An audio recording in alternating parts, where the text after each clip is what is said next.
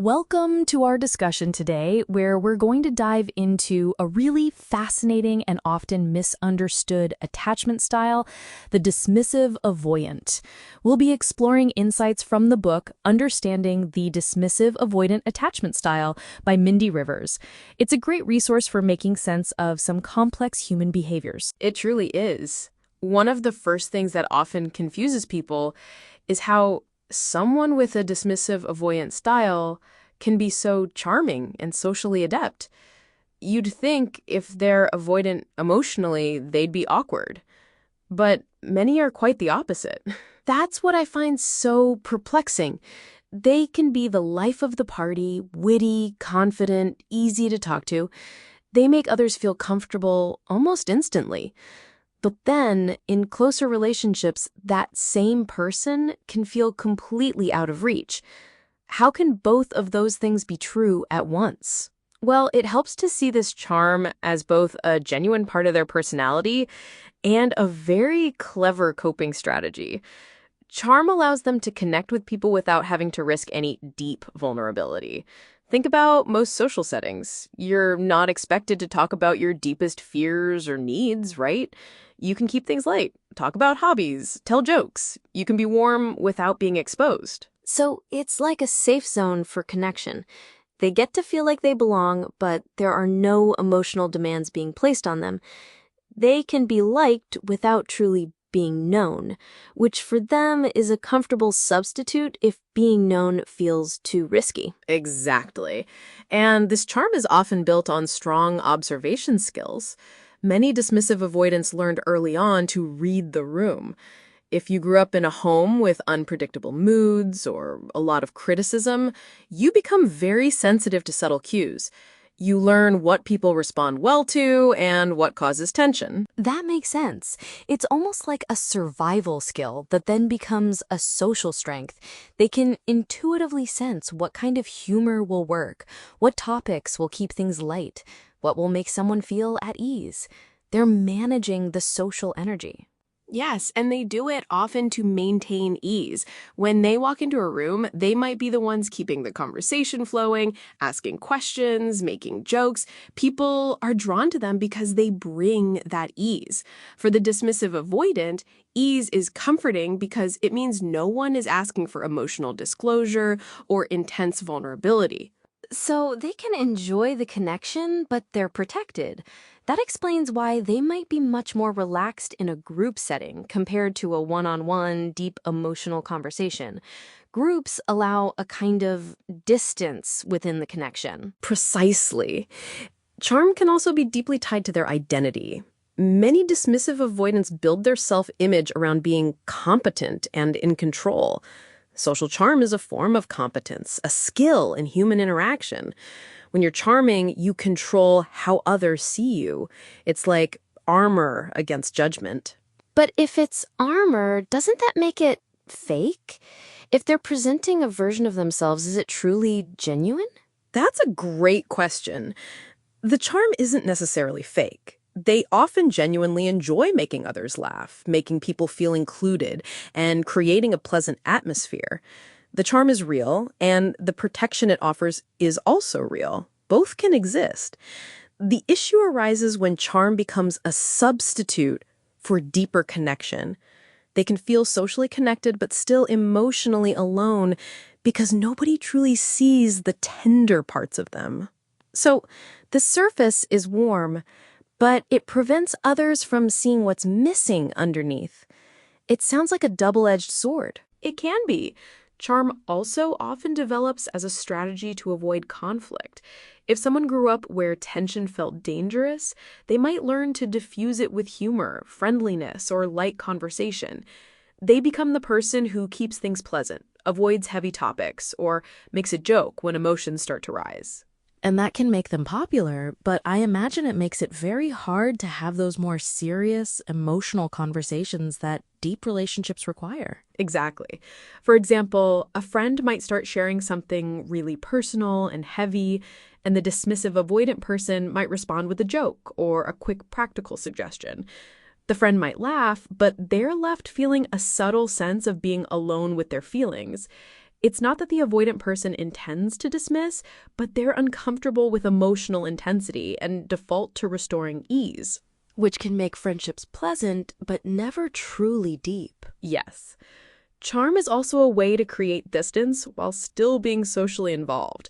Many dismissive avoidants prefer emotional space.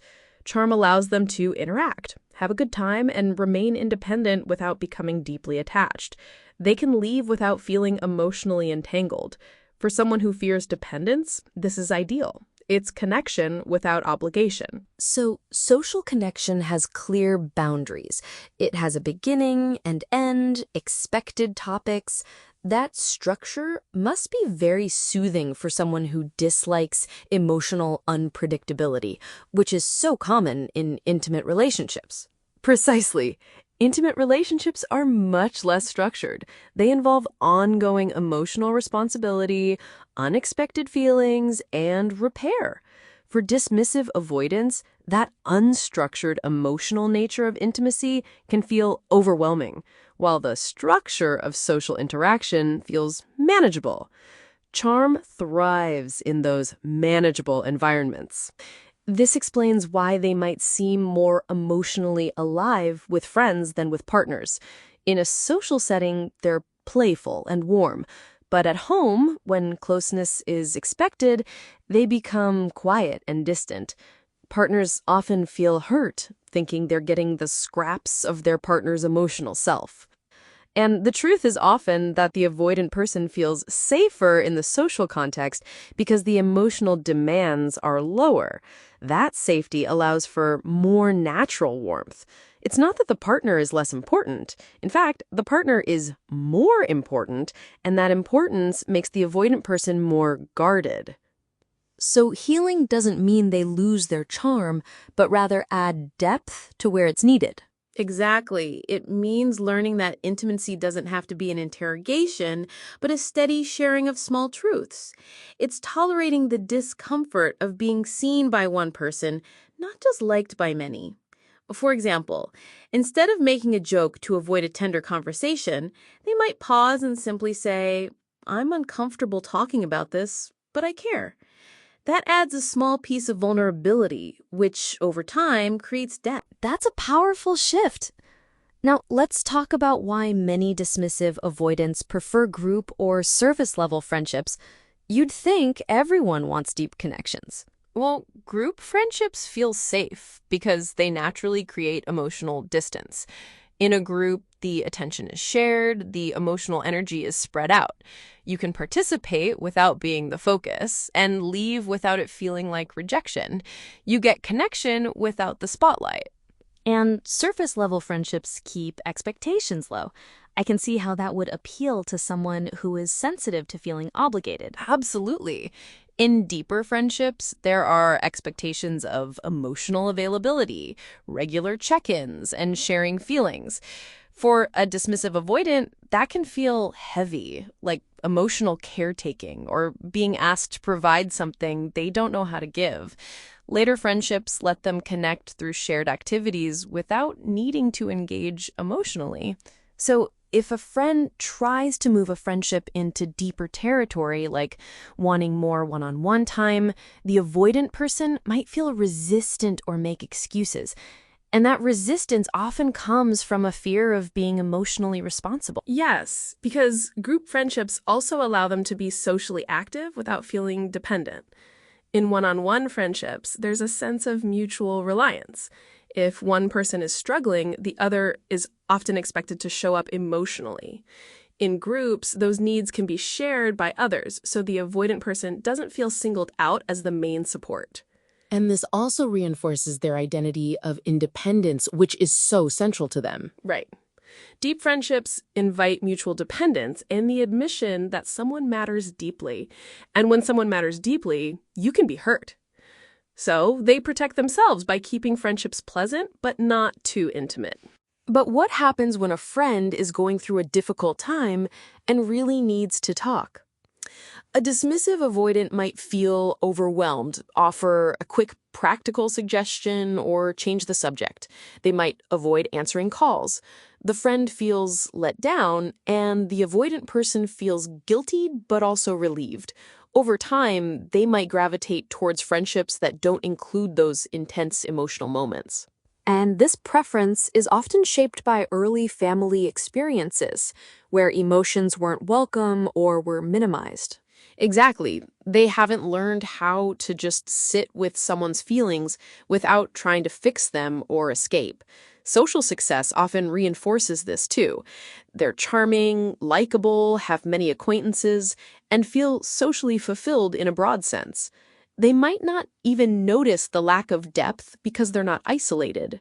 But depth and breadth are different.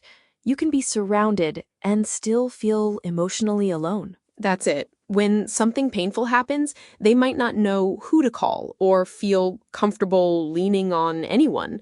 They handle it alone and later feel a quiet loneliness without understanding why. The cost for friends is also significant. They might feel undervalued or that the avoidant person enjoys the fun but disappears during difficulty. So how does someone with this style begin to heal that? It seems like a fundamental shift. It starts slowly. One step might be allowing one friend to know a little more about their inner life. Another might be practicing staying present when a friend shares something heavy, even if they don't have perfect words.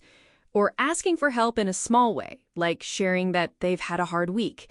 These steps challenge the belief that needing is dangerous. It's about making depth less threatening then, moving from group comfort to the discomfort of deep one-on-one connection. What makes that one-on-one so difficult? One-on-one closeness creates a particular intensity. It's like a spotlight. In a group, you can blend in. One-on-one, there's nowhere to hide. If you're quiet, it's noticed. If you're tense, it's noticed. This level of attention can feel exposing to someone who learned to keep their inner world private. There's a subtle pressure to perform, to be interesting, or to be emotionally present in a way that doesn't come naturally. And deep one-on-one friendship involves a lot of emotional exchange, sharing fears, disappointments. For a dismissive avoidant, those conversations can feel incredibly heavy. Yes, they might fear being pulled into emotional caretaking, saying the wrong thing, or being judged if they share their own feelings. And there's a fear that once they open the door to emotional intimacy, expectations will just keep growing. So if a friend asks to meet for coffee, assuming it's casual, and then starts sharing something painful, the avoidant person might feel overwhelmed, offer quick advice, or try to fix the problem, or simply become quiet and want to leave. Exactly. And they might then avoid scheduling those one-on-one meetings in the future, not because they dislike the friend, but because that deep connection feels so emotionally demanding. It can also awaken their own suppressed longings to be understood and supported. When a friend offers closeness, it can feel good, but then it feels scary. Longing feels like vulnerability, and vulnerability feels like danger, so they pull away to quiet that longing. Which can be very confusing for friends who might see it as inconsistency or disinterest, while the avoidant person sees it as self-protection. Precisely. Deep one-on-one connection also brings a sense of mutual reliance. You start to matter to each other in a significant way. You can hurt or soothe. If they've learned that being emotionally significant comes with obligation, they resist it. They prefer a light friendship where they don't feel responsible for the other person's emotional world. This preference for shared activities over shared feelings makes perfect sense then. Activities provide structure. You do something, then you go home. Clear beginning and end, lower emotional intensity. Yes, the relationship itself becomes the focus in deep connection, which can feel unsafe for someone who fears being trapped in emotional obligation. And when they can't fix a friend's pain, it can feel like a failure because they often pride themselves on being competent. Helplessness triggers shame, so they withdraw. So, quick advice is a way to restore that sense of competence? Often, if they can give a solution, they feel useful and in control. But the person sharing often just wanted empathy, not a fix. This mismatch leads to frustration for both sides and reinforces the avoidant person's tendency to pull away, perhaps concluding the other person is too emotional. And when it comes to sharing their own struggles, it sounds like reciprocal vulnerability is also extremely challenging. It is. Sharing feels like stepping into danger. They might not know how to describe feelings, fear judgment, or worry that sharing will lead to unwanted advice or emotional dependence. So they keep struggles private, which makes friends feel shut out, even if the avoidant person feels safer. And that can lead to moments where a friend genuinely asks, "How are you really doing?" And the dismissive avoidant says, "I'm fine," even if they're not. Then they feel unseen and lonely, but they didn't allow the care to land. Exactly. Healing involves learning to tolerate small moments of depth, practicing staying present with a friend's feelings without fixing them, asking gentle questions, or sharing one small truth about their own life, even if it feels awkward. These small steps build a new, less threatening experience of closeness. It sounds like a journey of small, brave steps. This naturally leads us to the avoidance of vulnerability in conversations, which I imagine is tied into everything we've been discussing. It certainly is. Vulnerability isn't just about big secrets. It's admitting what you feel, what you want, what matters to you. It's saying you're lonely, scared, or uncertain. For dismissive avoidants, these simple truths can feel very risky. Their inner world has been protected for so long. And this often comes from childhood where feelings might have been minimized or ignored. Yes, they learned that showing emotion created discomfort, so they kept emotions private. In adulthood, this shows up as a preference for facts, stories, humor, or opinions, rather than personal feelings. They can talk easily and still remain hidden. So if a friend asks, "How are you doing?" they might get a practical answer about work or a joke instead of an emotional truth, and the friend might interpret that as not being trusted. While the avoidant person is simply avoiding the feeling of exposure that comes with naming an emotion. This avoidance is also driven by a fear of being a burden. Many believe that sharing problems is selfish and they should handle things alone. It feels noble, but it's also a defense against disappointment. If you never ask for emotional support, you never risk being dismissed. And they also fear being judged or misunderstood, even if their friends are kind. Yes, that fear has deep roots. They might think it's safer not to share than to share and feel worse. So they keep conversations on safer topics. This can lead to intellectualizing emotions, talking about them as ideas rather than personal truths. They might discuss relationships in general terms or analyze patterns, which makes them seem insightful but keeps them safe. And humor, which we talked about earlier, becomes a key strategy here. Definitely. When a conversation gets emotional, they might make a joke to lighten the mood. Everyone laughs and the vulnerability is avoided. It creates a loved social persona, but their deeper experiences remain unshared. They feel liked, but not known. This means that if a friend expresses concern and asks if they're okay, they might joke about being tired or busy. And later, when they feel lonely, they might think no one really cares, when in fact, they used humor to close the door to that care. Precisely. And this avoidance also affects how they respond when others are vulnerable. If a friend shares sadness, they might feel uncomfortable, respond with advice rather than empathy, or change the subject. The friend feels dismissed, and the avoidant person feels guilty and overwhelmed. They struggle to sit with feelings in others because they've learned to minimize them in themselves. So, avoidance keeps things safe, but also thin. It creates a sense of isolation and prevents them from truly experiencing the joy of being deeply known. Yes, healing involves practicing small vulnerabilities in manageable doses. It's not about turning every conversation into a deep emotional exchange, but allowing some emotional truth to exist. Saying, "I've been stressed," without a long explanation, or "I miss you," to a friend. These feel scary, but build closeness. It's about learning that vulnerability can be safe. And what happens when others share too much? That moment when the conversation becomes intensely emotional. That's when dismissive avoidants often pull away. That intense emotional sharing creates a strong sense of intimacy, and intimacy brings closeness. For avoidant people, closeness can trigger fear. Sharing too much feels like being pulled into a bond with expectations. a fear of being responsible for the other person's feelings or being asked to respond in a way they can't manage. So it's not a lack of care, but an overwhelming feeling of pressure that makes them distance themselves. Exactly. For example, if a friend is crying about a breakup and wants them to stay with them in that emotion, the avoidant person might feel a tightening in their chest, an urge to fix it quickly, offer advice, or change the subject. If the friend keeps sharing, they might become quiet and withdrawn. The friend feels unseen, and the avoidant person feels overwhelmed.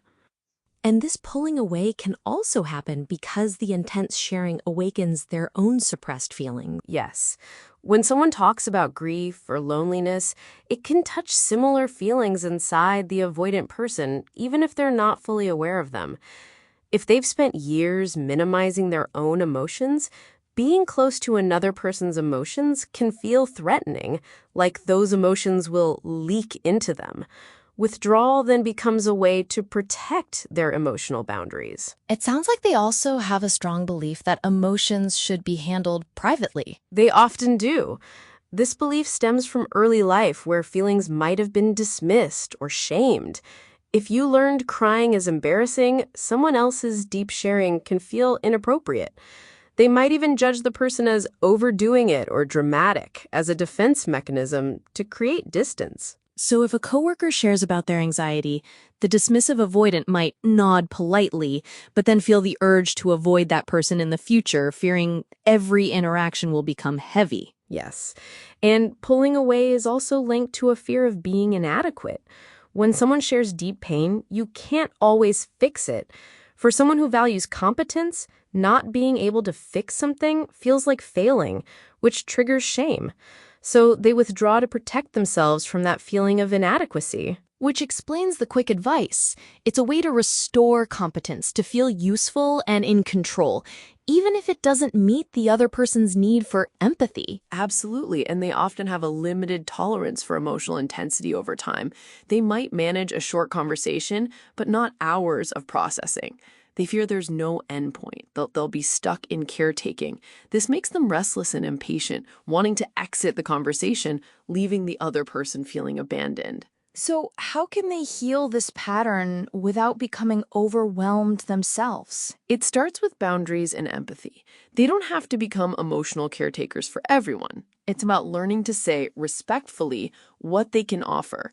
I care about you and I want to listen, but I'm getting overwhelmed. Can we take this in smaller pieces? This acknowledges the friend and sets a boundary. Also practicing presence without fixing, learning that listening isn't failing and that they can sit with someone's pain for a few minutes and offer warmth without having to solve it. That's a key distinction. Presence, not solutions. This reminds me of another common observation about dismissive avoidance. Their reliability and practical matters, but not in emotions. It's a pattern many friends and partners recognize. They'll be the one who shows up on time, fixes problems, helps you move, remembers important dates, dependable for concrete tasks. But they're hard to reach emotionally. They might not respond well to tears or disappear during emotionally intense moments. And that's confusing because it looks like they care in one way but not another. Right. But it comes from early learning about what kinds of connection feels safe. Practical tasks feel controllable. You know what success looks like, you complete the task, and you feel useful. Many dismissive avoidants build their self-worth around competence. If emotional needs were dismissed in their family, practical contribution became the main way to earn connection. Doing becomes the safest way to show love. So when someone is upset, their instinct is to move towards action, not emotion. Exactly. Emotional reliability means staying present when someone is hurting, offering comfort, engaging with feelings that can't be solved quickly. For them, this can feel unsafe. Emotions activate shame, overwhelm, and fear of obligation. If they grew up where feelings were minimized, they haven't learned how to be present without feeling awkward. They move to distance to restore calm, protecting themselves, but leaving the other person feeling alone. So for a friend going through a breakup, they might help with moving, but when the friend wants to talk about the pain, they become quiet or change the subject. The friend feels unseen, like they only care about tasks, not their heart. And the avoidant person feels confused because they did help. Their caring is real, but their comfort with emotions is limited. This also shows up as reliability in crises, but distance in everyday feelings. In a crisis, there's a clear problem and a clear role. They can be heroic, take charge, be steady. But in everyday emotional life, where problems are less defined, they feel uncertain and uncomfortable and might withdraw, leaving friends and partners feeling like they're only there for emergencies, not for ordinary emotional needs, which can create a deep sense of loneliness. Practical reliability is also a way to avoid vulnerability. You can feel close through tasks without revealing your feelings. You don't have to say, "I care." You show it through action. Action doesn't expose the heart, but emotional comfort does. Offering emotional comfort means allowing yourself to be touched by the other person's pain, which feels risky if you fear being overwhelmed or needed. So for a friend who's sad and wants companionship, they might suggest going to the gym or running errands. If the friend tries to talk about feelings during that activity, they redirect back to the activity, keeping things structured and safe. And this can be painful for friends who value emotional presence. They might stop sharing, feeling their feelings are too much, or question if they're worth comforting. The avoidant person might not notice the loss because the friendship still looks fine. The emotional connection has simply stopped growing. But it's painful for the dismissive avoidant too, isn't it? If they want to be emotionally supportive but struggle? Yes, they may feel guilty, embarrassed, or fear being exposed as emotionally inadequate. Instead of admitting this, they might criticize others for being too emotional or withdraw to avoid shame. Healing starts by understanding that emotional support isn't solving, it's presence. They can learn to be more emotionally reliable by listening, acknowledging pain, offering warmth simply, and staying present for a few minutes without changing the subject. Saying, "I'm sorry you're hurting," is powerful. So instead of offering advice to a friend sharing something painful, they might pause and say, "That sounds really hard. I'm here." That's emotional reliability. Exactly. And also communicating limits honestly. Emotional reliability doesn't mean endless availability. They can say, "I can talk for 15 minutes," or "I care, but I need a break." Honest boundaries, delivered with warmth, are often well received. This pattern comes from a place of safety, but it can lead to loneliness despite being liked. Ah, yes, the paradox of being socially successful but still feeling isolated. Being liked isn't the same as being known. That's a core truth here. They can be invited, admired, and included, but still feel that nobody truly touches their inner world. They might be funny, capable, socially smooth, and people enjoy them. But inside, there's a quiet emptiness. They might not call it loneliness because it sounds like weakness, which they've learned to avoid. They might describe it as boredom, restlessness, or life feeling flat. But underneath, it's loneliness and emotional self-containment. Right. If they've learned to keep feelings private, their relationships are built on what they do and show, not who they are inside. People know their jokes, opinions, accomplishments, but not their fears, grief, and longing. When that inner world stays private, you can be surrounded and still feel alone. So they might be at a social gathering, laughing and talking, feeling socially satisfied for a moment, but then go home and feel that quiet emptiness. It's not that the gathering was bad, but it didn't include emotional intimacy. Precisely. And this loneliness is shaped by how they manage attention. They're comfortable with attention based on competence or charm, but uncomfortable with attention based on vulnerability. If someone asks how they really are, they deflect. If someone notices their sadness, they say they're fine. They refuse comfort. These actions keep them safe from exposure, but also keep them lonely because comfort requires openness. And this becomes very visible during difficult times.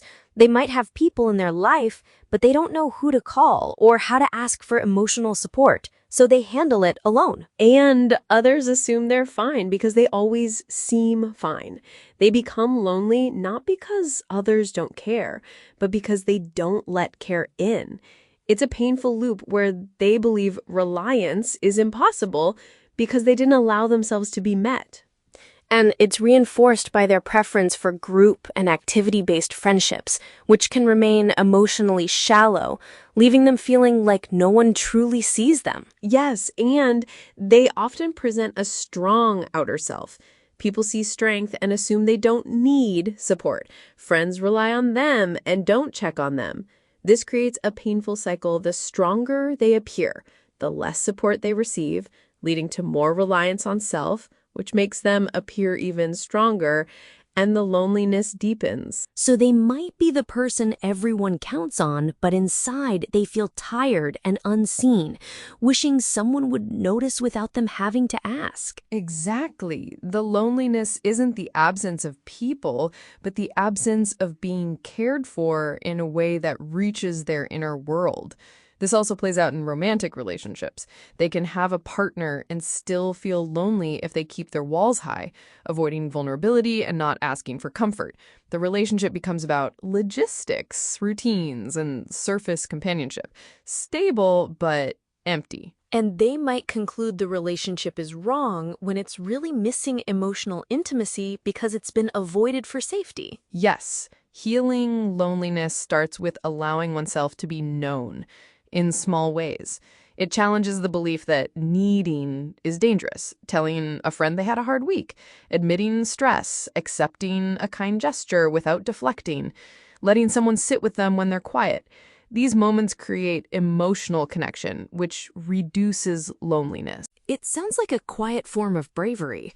And related to this, why do friendships so often plateau for dismissive avoidant people? A friendship plateau is when the relationship stops deepening. They might have a steady social routine, people they see and enjoy, but the friendships don't move into deeper truths or emotional comfort. Consciously, many prefer this because it feels safe, but it can create quiet loneliness because the heart often wants more than just pleasant connection. So, friendships deepen through vulnerability, and that's precisely what they avoid. Yes, as friendships grow, people share fears, rely on each other emotionally. For a dismissive avoidant, these developments feel like pressure. They respond by keeping conversations light, staying busy, limiting one-on-one time. Without vulnerability and emotional back and forth, friendships naturally plateau. So, if one friend tries to deepen the connection, asking personal questions or sharing something vulnerable, the dismissive avoidant might respond with humor or a polite surface answer and avoid follow-up. The other person senses the limit and stops trying. And the friendship stays friendly but never deepens. Group contexts also contribute. They provide connection without intense emotional focus. The avoidant person enjoys it. Their friends might too. And the plateau becomes the normal connection. The cost appears during hard times when the avoidant person realizes they don't have a friend they can truly lean on emotionally. So a friend reaches out often, but the avoidant person doesn't reach back much, and eventually the friend slows down. Then the avoidant person feels surprised and lonely, thinking friendships just fade, when really their avoidance of initiation made it less resilient. Precisely. Deep friendships also require repair when misunderstandings happen. For someone who avoids conflict, repair feels uncomfortable, like emotional labor. Rather than repair, they might withdraw, and the friendship becomes polite but less close, settling into a plateau. And their discomfort with being seen as needy plays a big role. If they never ask for support, friends don't see their inner world, or they might feel untrusted. Yes, the friendship stays surface level because one person is always fine. If someone is always fine, there's no emotional intimacy. They might secretly long for support, but still not ask. The friend might be willing, but doesn't know. The plateau is created by silence. So, how does one move beyond this plateau? It starts with recognizing that depth can be built slowly. It doesn't mean constant emotional conversation, it's small moments of honesty. Sharing that they've been stressed, telling a friend they appreciate them, reaching out first once in a while, or staying present when a friend shares something hard and responding with warmth instead of advice.